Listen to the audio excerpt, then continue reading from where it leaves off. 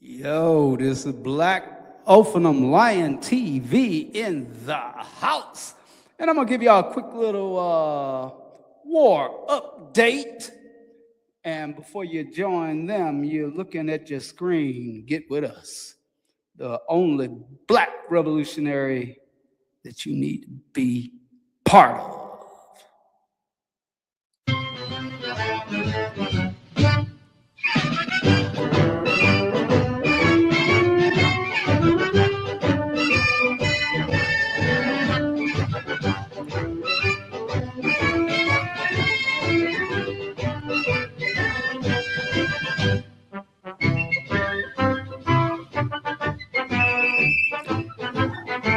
There you go, Barron Trump.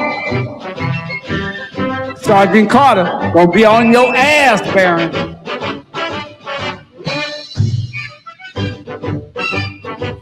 Say, look here, Barron Powell. I'm gonna be on your ass 24/7, Barron Powell. You're gonna learn how to march, you ignorant bastard. Did your daddy think you wasn't coming with us?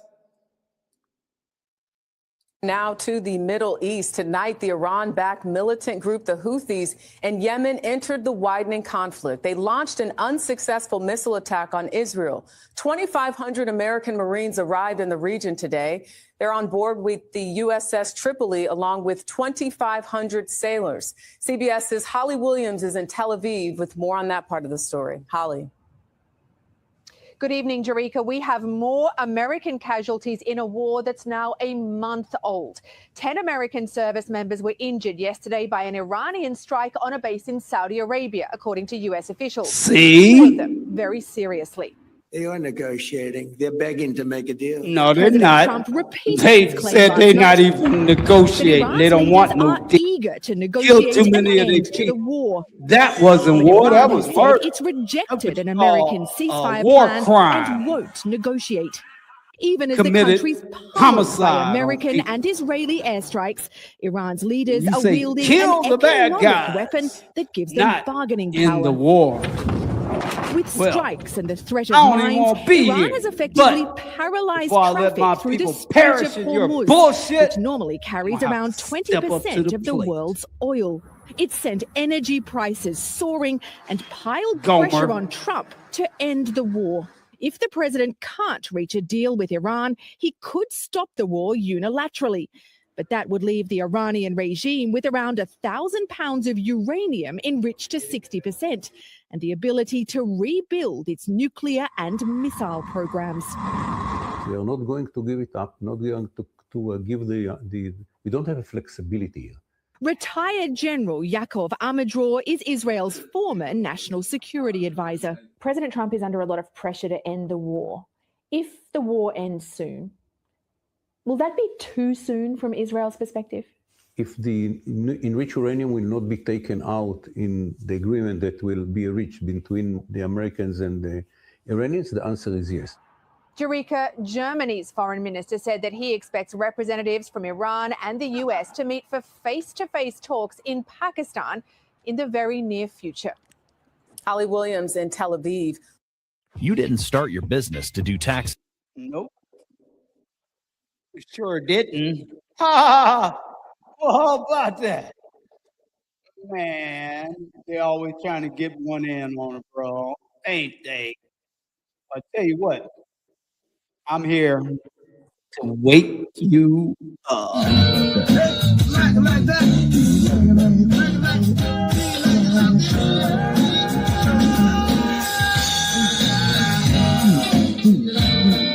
That's the band, y'all. Alvin Keith on guitar. Fried Funk on bass. Super Drummer Tyrone on drums. Yours truly, Black Lightning on vocals. Black Ophenum Lion TV. Damn. That chick never worked. Ha ha! Tonight, more American troops are in the Middle East as the war expands. CENTCOM announcing the arrival of 3,500 sailors and Marines aboard the USS Tripoli, and more reports of U.S. casualties Several American servicemen were injured, according to the Pentagon, after an Iranian missile and drones slammed into this American airbase in Saudi Arabia Friday, shown here before the attack. In Iran, civilians are finding themselves in American and Israeli crosshairs. Iranian health officials say around 2,000. Instead of letting them give y'all just propaganda, still launch attacks we're going to have to throughout show the you Middle what's East. really up. Like this strike today See, on oil both tanks at sides Kuwait's airport. have news. And several have recently But we evaded just don't Israel's air report defenses. anything that's going to make us look bad. So I got to cover it all before our people get gung-ho and say, yeah, we forgot all about what they did to us. We just going to forget that and go die for them. Its proxy in southern Lebanon, where Israel is expanding its week-long ground offensive. I got against long the group. memory. Today, a Hezbollah I'm affiliated not one you news want to channel put a said gun Israeli in my strikes hand killed and have me 3 standing extremists behind in your southern Lebanon. ass talking about you going to Israel's war. military accused one of them without not evidence me, of Gomer. working for Hezbollah intelligence. And now another fresh front. The Houthis in Yemen, which are backed by Iran, fired a missile at Israel for the first time this year. Israel says it shot the missile down without any damage or injuries. But the Houthis' attempt throws Yemen into a widening regional war. Iran has fired at all the Arab Gulf monarchies, aimed attacks toward Jordan, Iraq, and Turkey, and with more U.S. troops on the way, this war looks set to widen even further. Now, the Houthis have vowed to continue their attacks against Israel. That's raising some concerns that the Houthis might once again block shipping in the Red Sea, snarling international trade. The Pentagon reportedly preparing for weeks-long operations in Iran as 3,500 American troops I are thought now Trump on said the it was going to ground be over in in a the matter of Middle minutes. East. It comes as we learn more Just a about couple of weeks, we fallen done. IDF soldier Oh, from by the way, didn't he Connecticut. say that he was going to end our wars? Trey Yates is live. Didn't he say he was going to bring out the Epstein files? Let me pause that joint. Didn't he say he was going to do a whole lot of stuff that he didn't do?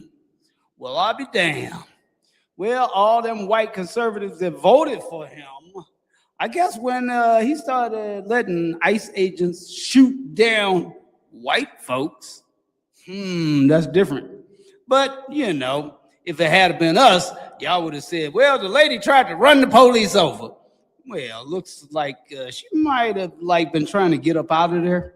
And all the dude had to do was step up out of the way. He did step out the way and then shot her dead. Oh, what about the other guy who was in the protest? Oh, just because he got a gun on his side, that means kill him, right? Oh, well, let's stay right there because I'm going to give white America something to chew on for a minute. And let's get back to this.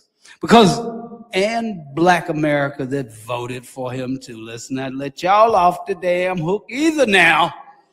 See, somebody has got to tell the truth. I tell you what, the whole truth, nothing but the truth, so help me God. And no, when you don't have no good people to vote for, you kick their asses out and go with Ross Perot or somebody like that. Hey, if Trump can go for a third term, guess what? So can Barack Obama. Kick his ass, Barack. Yeah, hey guys, good morning. After 4 weeks of I'm war talking about in the Middle East, political conflict arena grinds for you on. dumb Reports motherfuckers try to indicate the United States unsplice is or preparing for resplice a something I possible didn't ground say. operation into Iran. I said that Barack will include Obama thousands of U.S. service run for members. president. We do know the USS Be Tripoli a manned with landslide. more than 3,500 Kick that troops, orange-haired including 2,500 Philistine Marines, out arrived of in the the White CENTCOM House. area of operation this You don't weekend. need him to If an be operation is 48. ordered to seize Iranian oil facilities You or need enrich to be uranium, it's gone. expected that both special forces Make and sure conventional that forces will Barron be used. Trump, This comes as the United States and Israel launched a series of strikes against Iranian long military lanky ass get out infrastructure there on over the the goddamn weekend, battlefield. including hitting Iran's nuclear development facilities. I'll be hiding his ass in In the Operation submarine Rising somewhere. Lion, we hit very hard the entire chain. He ain't gonna of go to nuclear war. They're gonna production say in he Iran. went to war. We hit He gonna everything get from on the production ship, capabilities and to then the before the factories, ship pull all the off, components, he's gonna be to off the that centrifuges joint. and beams. Don't put and him on so an on. aircraft carrier. The entire first production jet chain that was pulls hit. off, that's gonna be It was Barron affected. heading It was on delayed, over but to it was not Trump completely Island. destroyed. I mean, With the Israelis looking east, they're also looking north, where And I early don't Saturday mean an Diddy IDF Island soldier from either. Connecticut was killed in southern Lebanon by a Hezbollah rocket. His name was Moshe Katz, and he was 22 years old. A number of other soldiers also wounded in that same attack. The war has also expanded. let's in the run past that 24 back. hours I to was the running south. my The Israeli mouth all over top of it because somebody's got to wake up the people. Yeah, hey guys, good morning. After 4 weeks of war in the Middle East, the conflict grinds on. Reports indicate the United States is preparing for a possible ground operation into Iran that would include thousands of U.S. service members. We do know the USS Tripoli, manned with more than 3,500 troops, including 2,500 Marines, arrived in the CENTCOM area of operation this weekend. If an operation is ordered to seize Iranian oil facilities or enriched uranium, it's expected that both special forces and conventional forces would be used. This comes as the United States and Israel launched a series of strikes against Iranian military infrastructure over the weekend, including hitting Iran's nuclear development facilities. In Operation Rising Lion, we hit very hard the entire chain of nuclear production in Iran. We hit everything from the production capabilities in the factories, all the components, to the centrifuges and beams, and so on. The entire production. Why he's sending other folks' kids to their demise, and they're coming back in flag draped boxes. You ain't really sound like you ain't really care too much. Made that into a political speech too. But what happens when baby boy come back, contraction or something, hopefully not in a box. He don't say too much, so I don't think anybody got any problem with somebody that don't say shit. You know, I guess he's probably the most disciplined Trump of all time. Or he was cut his tongue out, whatever. But I tell you what, we gonna get back to it. Here we go.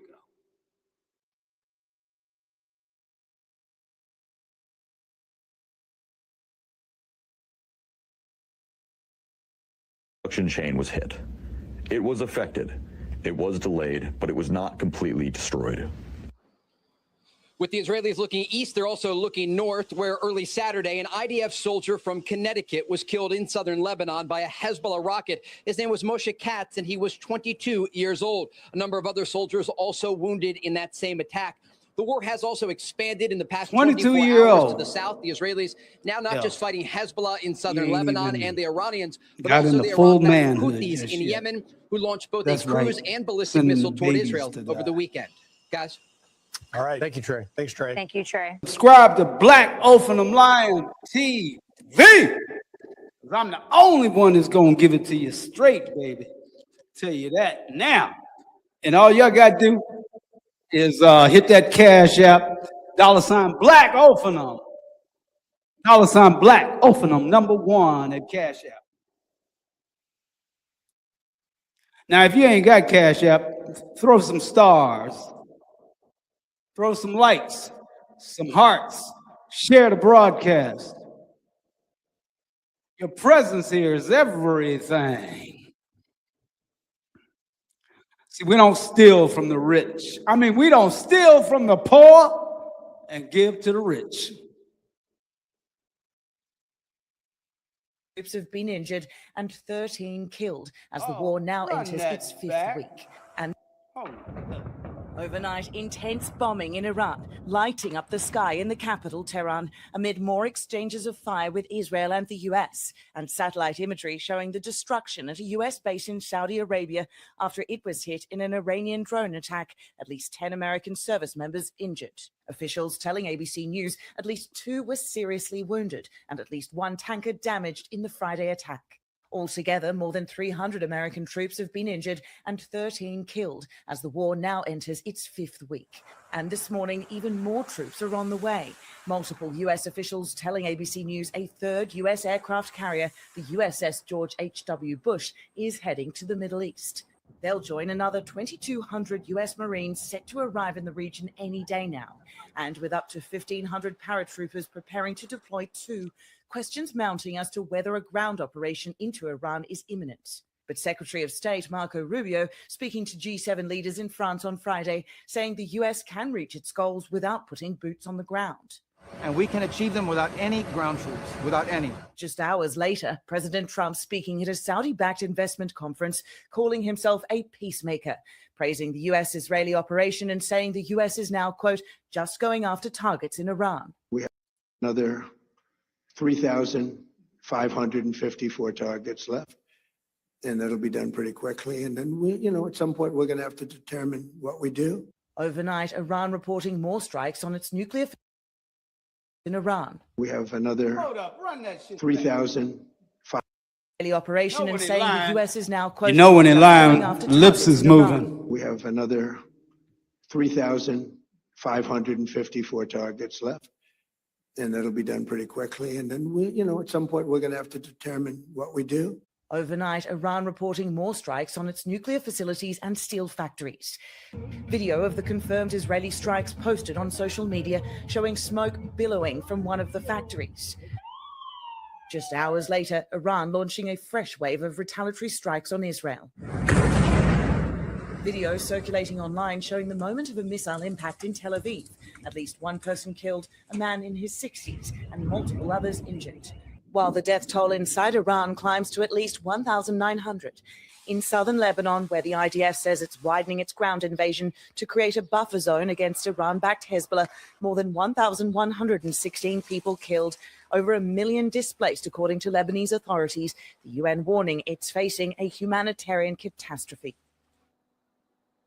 And with Iran-backed Houthis now joining this war, launching missiles towards Israel from Yemen, there are fears of this conflict expanding. That's despite Special Envoy Steve Witkoff saying that the U.S. is hopeful of having meetings with Iran this week. Rachel.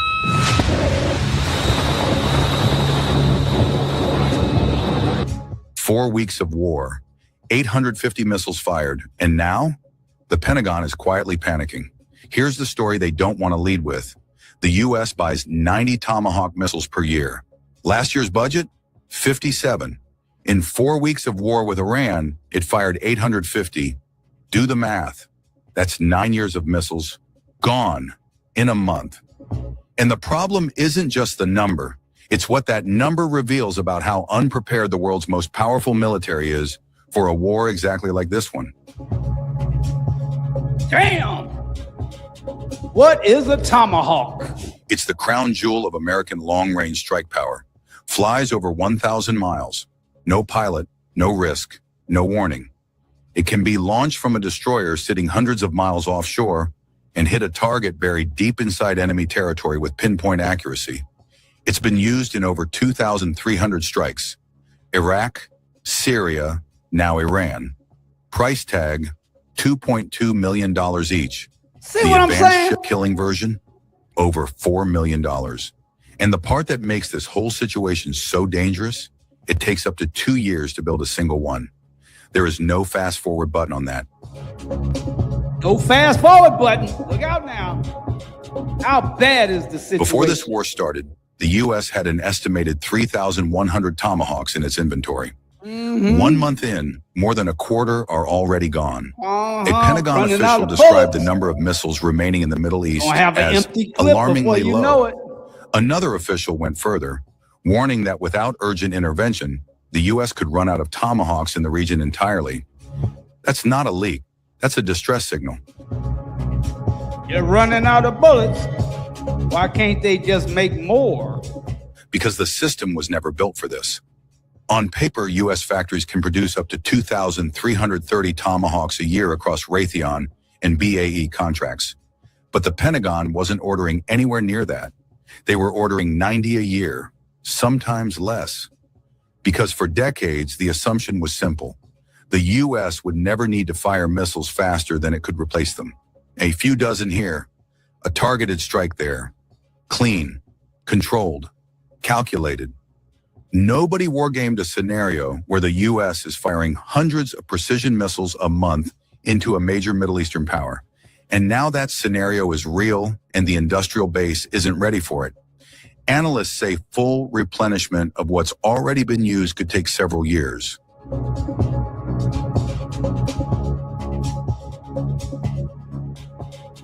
Publicly, total confidence. We have everything we need to execute any mission at the time and place of the president's choosing. That's the Pentagon. The White House backed them up. Stockpiles are sufficient. Production is being accelerated. Nothing to see here. But behind closed doors, emergency meetings are happening right now. Do they pull Tomahawks from other regions of the world, stripping those theaters of their deterrence? Do they pay Raytheon to work nights and weekends? Do they start rationing? All of it is on the table. The part that should really This worry isn't you just is about Iran. Military planners have spent years preparing for the nightmare scenario, a Chinese move on Taiwan. And the weapon at the center of almost every war plan for that conflict? The Tomahawk. You'd need thousands of them. Launched fast, launched continuously from ships and submarines across the Pacific. Those shelves just got significantly emptier. One analyst at the Center for Strategic and International Studies said using 850 missiles leaves a large gap for a conflict in the Western Pacific. That's the quiet part said out loud. New contracts promise to push production past 1,000 missiles a year, but that capacity won't be fully online until March 2028. Until then, the most powerful military on Earth is firing faster than it can reload. That's not just an inventory problem. That's a strategic vulnerability, and America's adversaries are watching every single launch. It's been nearly a month since the U.S. and Israel launched an attack on Iran. Today, Tehran is still under shelling while retaliatory strikes against Israel slams through the Iron Dome. The fighting has spread further across the region. People run for cover in Haifa as missiles strike the port. Israel claiming the strikes came from the Iranian-backed Hezbollah in Lebanon. Crews in Tel Aviv spent Wednesday clearing rubble from another hit on an apartment block. We have had very, very strong talks. We'll see where they lead. We have major points of agreement. I would say almost all points of agreement. That is still the White House line. But what is new today is Tehran's public response. No breakthrough and no acceptance of Washington's ceasefire offer. Do not call your defeat an agreement. The era of your promises is over. Today, there are two fronts in the world, truth and falsehood. And any free seeker of truth will not be deceived by your media waves. At the same time, people in Tehran are still trying to live normally, even as the war keeps grinding on around them. War is damaging for everyone. We and everyone else are all being harmed. There is fear. It is holding back business. All of this has happened and we too are being affected, but we have to move in a direction that is in the interest of our country. And the fallout is no longer confined to Iran and Israel. This footage showing a fire burning at the Kuwait International Airport after a drone hit a fuel tank. Smoke rose over southern Lebanon after Israeli strikes attempt to target Hezbollah. And more casualties reported after an airstrike in western Iraq. The part is I don't forget shit. Clear who is behind the hostilities. Iraqi And I officials will be are reminding my the people. US. All your damn lies. How long will we stay like this? We are losing That's our the good sons part. every day. Good morning. That widening regional toll is exactly what the United Nations warned about today.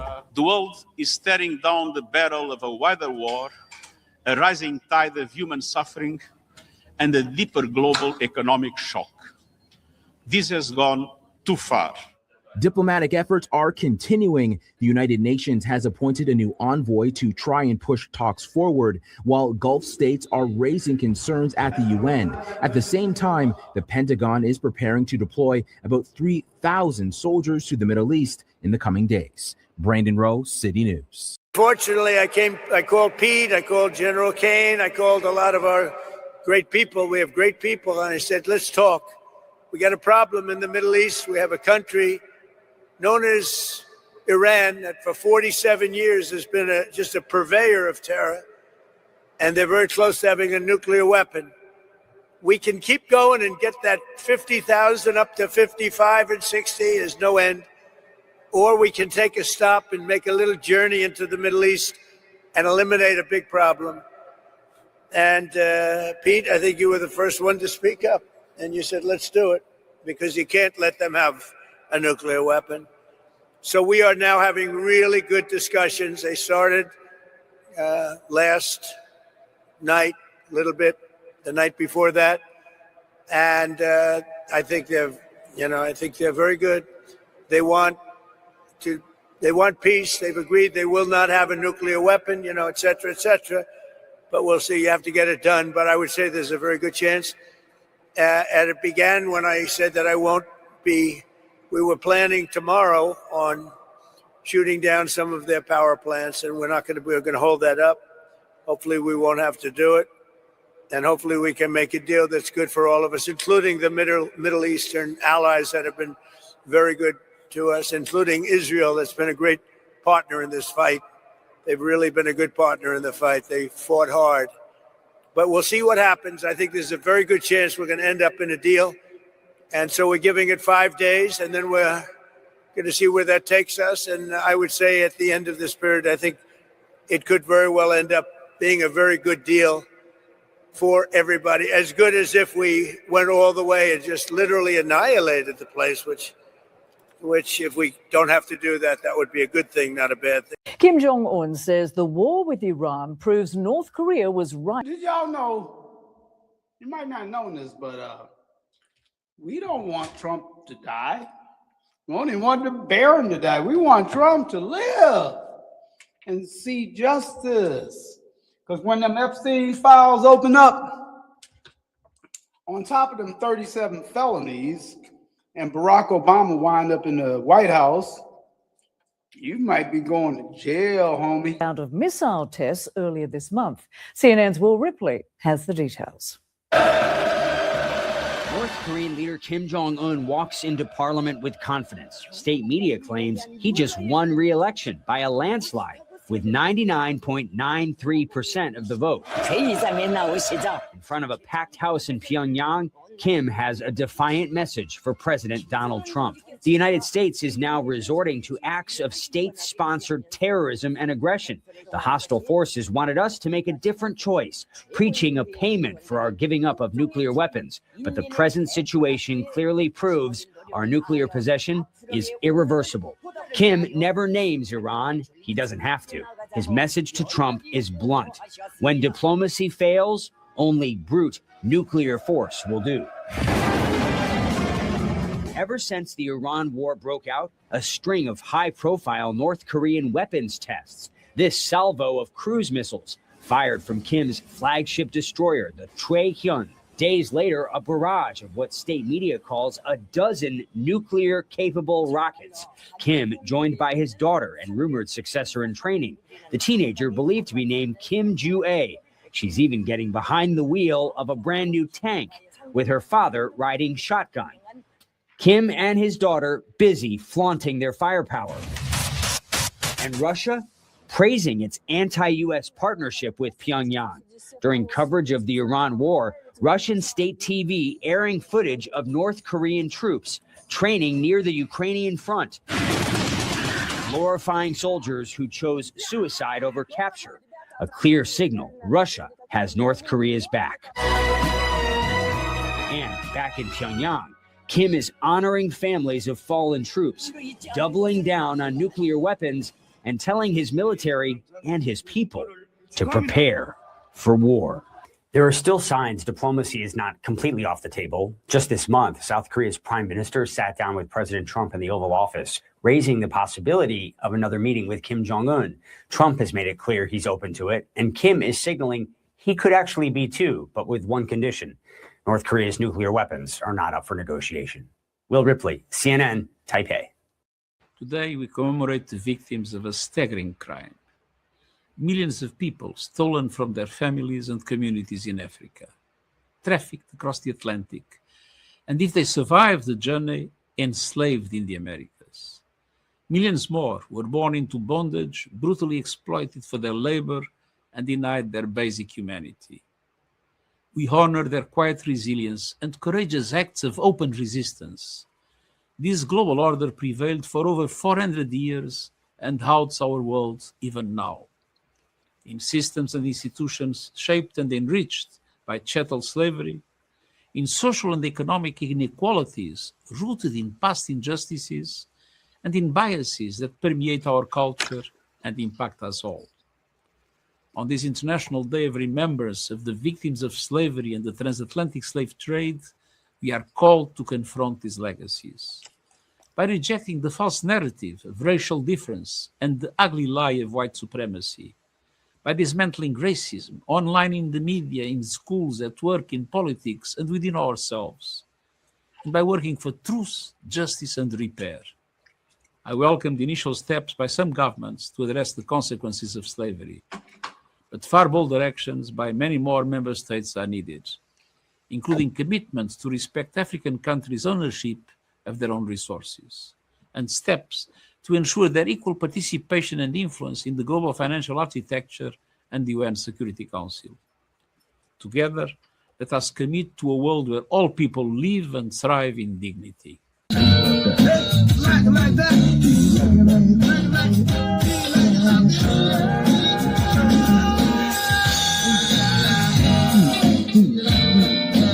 the band, y'all. Alvin Keith on guitar. Fried Funk on bass. Super Drummer Tyrone on drums. Yours.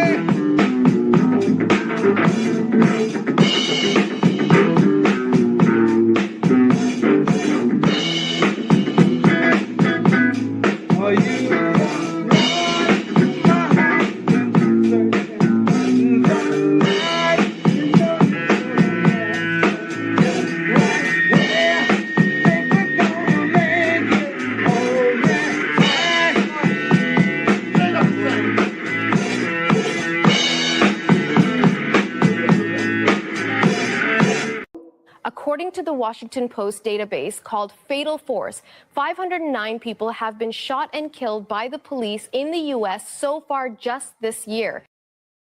You read.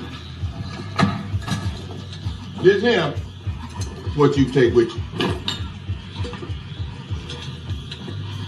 Y'all black ass been all them motherfuckers at the big house to talk about for the last few hours. Seem like white folk ain't never had a bright idea in their life. It's coming up with all kinds of ways to kill your ass. Now mind you, most of them ideas had to do with fucking with your foreign parts. Now, that may seem like a good idea, but truth is, when you snip a nigga's nuts, most of them bleed out in about 7 minutes. Most of them. More than most. Then I says, shit, fine. The niggas we sell to LaQuint Dickey got it worse than that. And they still saying, let's whip him to death. Throw him to the Mandingo, feed him stone side dog. I said, what's so special about that? We do that shit all the time. Hell, the niggas we sell to LaQuint Dickey got it worse than that. Lo and behold, out of nowhere, Miss Laura come up with the bright idea of giving your ass to the LaQuint Dickey Mining Company. And as a slave of the LaQuint Dickey Mining Company, henceforth to the day you die, all day, every day, you will be swinging a sledgehammer, turning big rocks into little rocks. And when you get there, they're going to take away your name, give you a number and a sledgehammer, and say, get to work. One word of sass, it cuts out your tongue. They good at it too. You won't bleed out. Oh, they does that real good. They're going to work you all day, every day, till you back there. Then they're going to hit you in the head with a hammer, throw your ass down the nigger hole. And that will be the story of you. According to the Washington Post database called Fatal Force, 509 people have been shot and killed by the police in the U.S. so far just this year. 24% of those were black people. And that's despite the fact that the black population only makes up 13% of the total population of the United States. We want to take a closer look at those numbers. Joining me now is one of the reporters who worked on that database. This is Kimbrielle Kelly, and she's an investigative journalist with the Washington Post. She joins us from our Washington studio. So Kimbrielle, thank you very much for joining us. I'm wondering what inspired you and the Washington Post to start collecting this data? Well, after Ferguson happened, we realized that the numbers that the FBI were keeping around officers. Just so y'all know, Ferguson, St. Louis, Missouri. I don't know why they don't just say a St. Louis suburb. I'll say it for them. That's why y'all need me. Involved shootings, the fatalities, was really very low. And so we took it upon ourselves to track those numbers using— But I need you more. Internet sources, public records, and making telephone calls to try to figure out what a more accurate number was. And we found that first year that there were nearly 1,000. You know what? I need y'all more because you'll be the ones to say that was a black revolutionary. When they put the RBG flag over me, then I am relieved of duty. Until then, I will hold the line. In officer-involved fatal shootings. And our number was more than twice the number of the FBI numbers. And so we realized that we wanted to take a look at that number in the second year as well. So we continued to track those numbers in 2016. Somebody's got to hold the line. So let me ask you the thing that everyone wants to know, which is, are black people being disproportionately killed by various U.S. police departments? Based on our research, we found that African Americans were disproportionately killed by officers, actually at a rate of 2.5 times greater than those who are white. Any sense of why that's happening in the data? That's a big They hate us. question. That's I think why. the numbers speak for themselves. They And never we gave also saw up some other trends Andrew too. In addition to Johnson's the way race of issue. thinking. We also said that Not people Jackson, who were mentally Johnson. ill were a big portion of the victims of those shootings as well. Now, I understand these type of numbers are not collected by the U.S. government. Why isn't we're the government supposed to cry collecting this when they data, get killed. considering Ain't that what some a shit? major political issue this is? All I've been seeing on my there is a Facebook focus page on today, collecting the data fallen now. So officers. the FBI has acknowledged, as you And, mentioned, I guess they that forgot. the system of collecting shooting data down white was folks lately. inadequate. Y'all better wake the hell up. You know, having 6% of the Before you departments cheer them on. report this data, you're not getting a real understanding of he what was it is. So resisting. starting next year, we're supposed to see He had more his face accurate down reporting to of the not ground. only this, but other He had a instances dog on in his which back. police officers use force, 2 not just officers on his back when with he got firearms. shot in his What's been back. the response to Matter of the fact, data let's that go you there. put out on Washington Post? Because I've seen it shared on social media so many times in the past. Killed by Grand Rapids police, and this morning we're expecting Michigan State Police to continue their investigation into what happened. We've talked with Johnson's family, neighbors, the Grand Rapids Police Department, and community leaders about what happened. 13 on your sides, Aaron Sullivan live this morning in Grand Rapids. Aaron, good morning to you. What are we hearing from those groups? Emily Tanner, well, a question from the community this morning is, why did Daquan Johnson have to die? We know that Johnson was riding a bike Tuesday evening after officers stopped him. While attempting to stop him, they said he wasn't complying.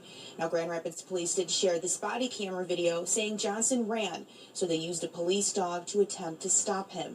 That's when they say Johnson pulled out a gun and an officer shot him. But Johnson's family is sharing a different video this morning, saying he was on his stomach when he was killed. Well, my son, nowhere in that video was he resisting. I saw somebody laying on their stomach with a dog on their back and 2 police officers behind them. And then I watched them shoot my son 4 times. He wasn't just my nephew, but he was a son. Executed him. He was a dad. He was a brother. He was a cousin. And you want us to He was fight someone for that you? loved him Must and that be supported him. crazy.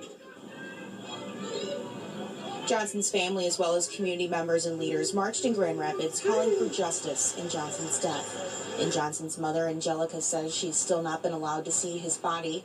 She's hoping later today she can say her final goodbyes. For now in Grand Rapids, We don't have to go to war. We've been at war right here. The hell? Now let's go back to this. Week, I'm wondering what you're hearing. I mean, it's a really good response. People are happy that there's more accurate reporting. They feel like the racial issue, which can sometimes be talked about in anecdote, actually has numbers to show, as I mentioned, 2.5 times greater the rate for African Americans. So if you take a look at the victims of these incidents, you know, about half of them are white.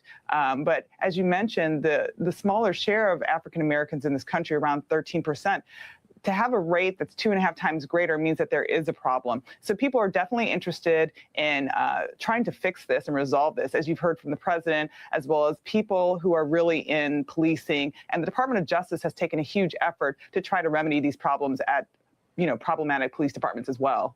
We've certainly gotten the sense this week that the U.S. has hit a boiling point with the violence that we've seen. What are you hoping will happen with your data? What do you hope to achieve with it?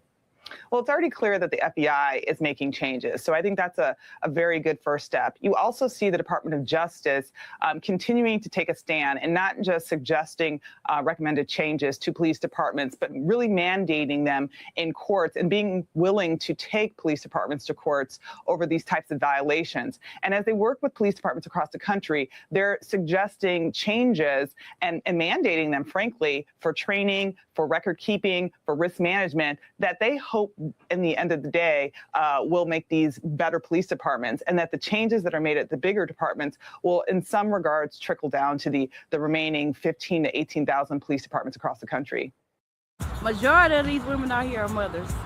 That's why we out here. That's why most of us are out here.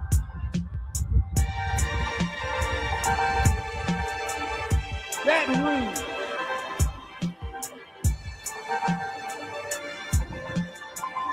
My 12-year-old, in his mind, in his heart, ever since he's been 5, he's wanted to be a police officer. It shattered my son's dream because now he does not have the same respect that he had for police. It's changed his mind. A lot of people are having sleepless nights. I'm one of them. I'm just up thinking about, you know, what if it were my son, my brother? I'm sitting my 7 and 5-year-old down telling them about police brutality against black men. And as a mother, it breaks my heart to know that I don't know how to fix this. We just want justice. That's all. That's all. They said that we're equal, but are we really equal?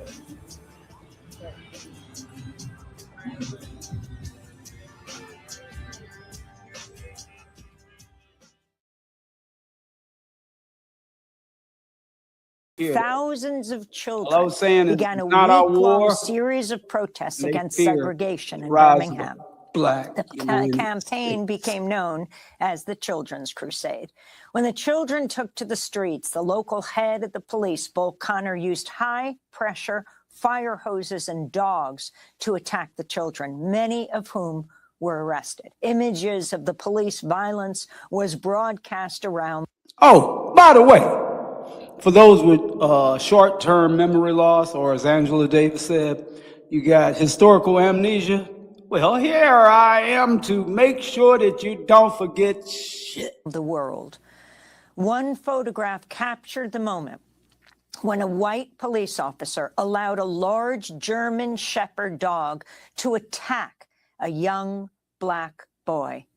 The Children's Crusade began at the 16th Street Baptist Church. 4 months after the protests began, the Ku Klux Klan bombed the church, killing 4 little girls: Addie Mae Collins, Carol Robertson, Cynthia Wesley, and Denise McNair.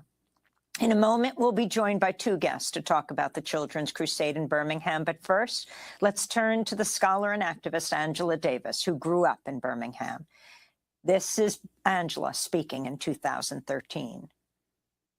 And how many of us remember that it was young children, 11, 12, 13, 14 years old, some as young as 9 or 10, who faced police dogs and faced high-power water hoses and went to jail for our sake. And so there is deep symbolism in the fact that these 4 young girls' lives were consumed by that bombing. It was children who were urging us to imagine a future that Don't forget. would be a future of equality and justice. That was Angela Davis in 2013. We're joined now by 2 guests. Paul? That it was more than just segregation, it was inequality. And Reverend James Bevel empowered us as youth to do something about it. And I was willing to do that. And talk about what you did. Talk about what it meant to take to the streets and the police violence in response. Well, in the preparation sessions that were held at 16th Street Baptist Church, we had seen film of demonstrations in other places. So I saw people being hit, being called names, and being mistreated for demonstrating. For being black. We were told that if you participate, some of this may happen to you, but this is a nonviolent movement and you cannot respond except to pray or sing a freedom song. So I went into it knowing Not anymore, baby. There may be some level of danger. Like Malcolm but said, I was so we ain't doing incensed that. at If you raise your hand to one of us, we'll make sure that you don't raise your hand to anyone else. Whatever was necessary to take steps to change Black power! the environment. Just over 4 months later, the beginning of that children's crusade, the 16th Street Baptist Church was bombed. 4 little girls, 4 young people. That's what I'm talking about. Were killed. One of them was Cynthia decapitated. Wesley. You share the last name of Cynthia Wesley, Janice. Cynthia, explain what happened. Well, that Sunday morning, I was at the church where I attended, and we had a speaker up. Our pastor interrupted the speaker and announced that 16th Street Baptist Church had been bombed and that there were some casualties. It's actually, and that meant broke the camel's someone back died. and make me He said a prayer and he dismissed